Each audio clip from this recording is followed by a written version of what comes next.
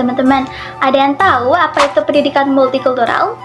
Jadi, multikultural berasal dari dua kata, multi dan kultural. Multi artinya banyak, kultur artinya budaya. Apa jadi budaya yang banyak? Nah, jadi pendidikan multikultural adalah pendidikan yang mampu menjadi pengikat dan juga jembatan yang mengakomodasi perbedaan-perbedaan termasuk perbedaan latar belakang, baik itu suku, agama, ras, gender, etnis, budaya, serta sosial. Ada yang tahu apa dasar pendidikan multikultural? Jadi, gagasan pendidikan multikultural digagas pertama kali oleh tokoh pendidikan Indonesia. Ada yang tahu? Yap, betul sekali. Bapak Henry Alexis Rudolf Tilaar atau biasa kita kenal dengan H. Tilaar yang mengatakan bahwa pendidikan multikultural bertujuan untuk meningkatkan penghargaan terhadap keragaman etnik dan juga budaya masyarakat. Nah, di sini selanjutnya ada tujuan pendidikan multikultural. Yang pertama ada tujuan sebagai nilai kesetaraan.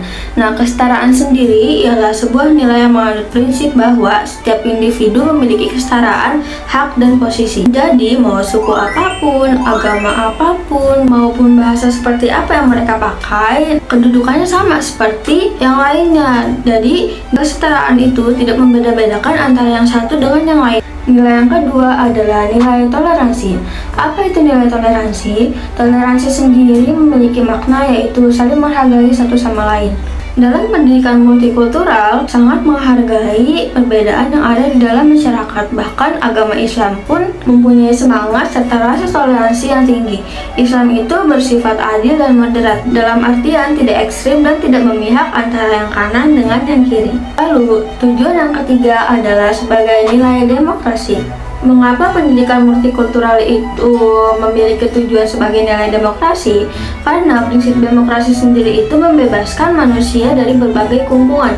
Jadi, karena negara Indonesia itu memiliki berbagai macam keragaman seperti agama, suku, bangsa. Nah, karena semuanya dari negara Indonesia sendiri adalah Bhinneka Tunggal Ika yang artinya berbeda-beda tetapi tetap satu tujuan. Jadi, setiap orang itu dibebaskan untuk berekspresi dan mereka juga memiliki kesempatan untuk berkembang. Dan tujuan yang terakhir ada nilai pluralisme.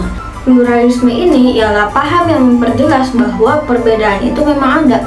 Makanya tujuan dari pendidikan multikultural itu ada nilai pluralisme di mana dengan adanya perbedaan itu maka setiap warga negara Indonesia harus bisa bersatu dengan adanya perbedaan tersebut. Fungsi pendidikan multikultural. Apa ya kira-kira? Fungsi yang pertama adalah sebagai sarana alternatif untuk pemecahan konflik.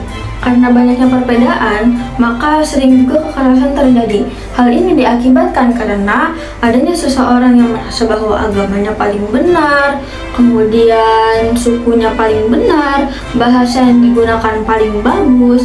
Padahal di Indonesia sendiri yang memang banyak sekali berbagai macam agama, budaya, suku, serta bahasa, maka seharusnya atau sepatutnya masyarakat Indonesia berbangga dengan perbedaan tersebut.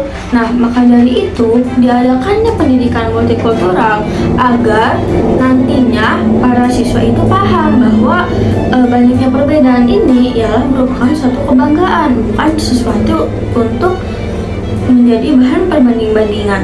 Fungsi yang kedua ada supaya siswa tidak terlepas dari akar budaya.